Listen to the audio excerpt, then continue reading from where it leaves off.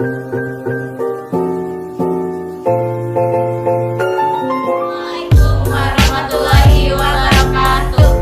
Perkenalkan, kami dari kelompok 5 yang akan mempresentasikan tentang analisis 5C dalam marketing strategi yang akan dijelaskan oleh teman-teman saya yang berada di sini.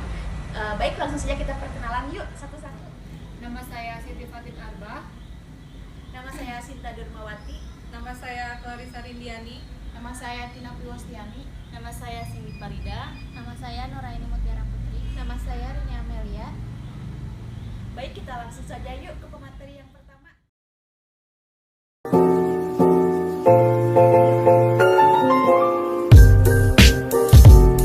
Memaparkan tentang analisis 5C.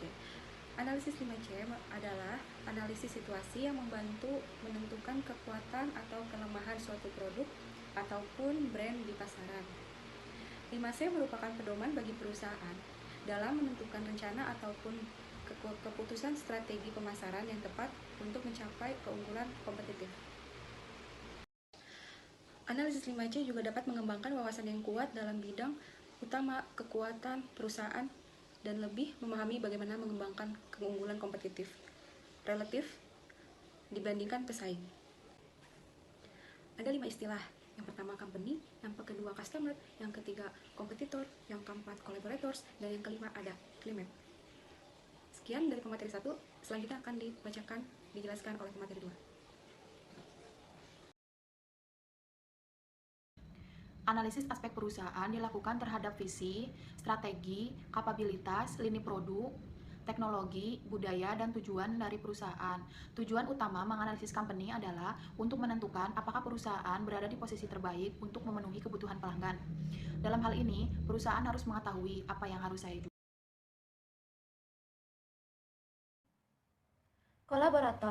Kolaborator adalah entitas yang memungkinkan atau meningkatkan kemampuan perusahaan untuk menyediakan barang atau jasa tertentu dengan cara yang dilakukannya. Misalnya, pemasok dan distributor. Analisis atau perhatikan setiap kolaborator yang memiliki hubungan dengan perusahaan. Dengan begitu, dapat diketahui siapa saja yang bertanggung jawab untuk aspek-aspek tertentu. Dengan demikian, dapat menunjukkan adanya lini yang tidak produktif atau efisien, sehingga dapat melakukan tindakan korektif atau penyesuaian. Yang selanjutnya, yang ketiga ada customer. Nah, ya customer, jadi maksud dari customer itu mengidentifikasi pelanggan dan menentukan kebutuhan mereka yang ingin perusahaan penuhi. Nah, salah satunya pemahaman motivasi, perilaku konsumen, dan mencari tahu cara paling efektif untuk menjangkau mereka. Dalam analisis 5C adalah hal yang sangat penting dan merupakan bagian utama dari analisis ini. Nah, dengan pemahaman seperti ini, pemasaran juga bisa dilakukan lebih spesifik dan terarah. Nah, selanjutnya, selain customer, ada juga segmentasi customer. Jadi, segmentasi customer itu kelompok pelanggan potensial yang dapat dijangkau perusahaan dengan produk atau layanannya. Nah, dapat dipecah juga ya, menjadi 3 segmen. Nah, salah satunya ada total available market, serviceable, dan available market, dan serviceable obtainable market. Nah, yang ketiga itu, jadi segmen pasar dapat disegmentasikan lebih lanjut melalui demografi, psikografis, geografi, dan faktor pembeda lainnya. Nah, ada 3 segmen pasar bisnis yang potensial. Nah, salah satunya ada apa aja? Yaitu yang ke-1, ada total available market, atau enggak disingkat menjadi TAM. Nah, total available market itu jadi segmen yang paling general, di mana di dalamnya tergabung semua orang yang mungkin menginginkan produk atau jasa bisnismu. Jadi intinya semua orang itu dalam bergabung dalam perusahaan pasti mempunyai tujuan dan maksud tertentunya. Nah, terus yang kedua ada serviceable available market, bisa disingkat menjadi SAM. Nah, apa itu SAM? Jadi itu SAM itu bagian dari TAM yang tadi, yang total available market. Nah, cuma ini dikategorikan berdasarkan penggunaan potensial dan produk atau jasa. Nah, kalau yang tadi itu produk dan jasa bisnis, kalau yang SAM itu produk dan jasa. Nah, terus yang terakhir ada serviceable obtainable market, bisa disingkat SOM. Nah, sebenarnya TAM, SAM sama SOM itu tiga-tiganya berpengaruh dalam perusahaan. Nah, salah satunya subsegmen pasar yang memiliki lingkungan yang paling kecil dan spesifik dari yang lainnya. SOM biasanya merupakan kelompok yang paling ideal untuk jadi sasaran bisnismu. Terima kasih, dan selanjutnya akan dijelaskan oleh Putri. Baik, untuk selanjutnya yang keempat ada kompetitor. Kompetitor atau pesaing adalah perusahaan yang menghasilkan barang dan jasa yang sama dengan produk yang kita tawarkan. Nah, seperti yang kita ketahui ya, di dalam bisnis itu tidak akan terlepas dari yang namanya persaingan. Maka dari itu, perusahaan harus mampu memahami kompetitornya dengan sebaik mungkin. Analisis kelemahan dan kelebihannya, serta pikirkan strategi yang baik untuk memenangkan posisi di pasar. Bisnis itu sendiri harus bisa memiliki keuntungan yang baik. Baik, yang terakhir dari analisis 5C yaitu climate atau iklim.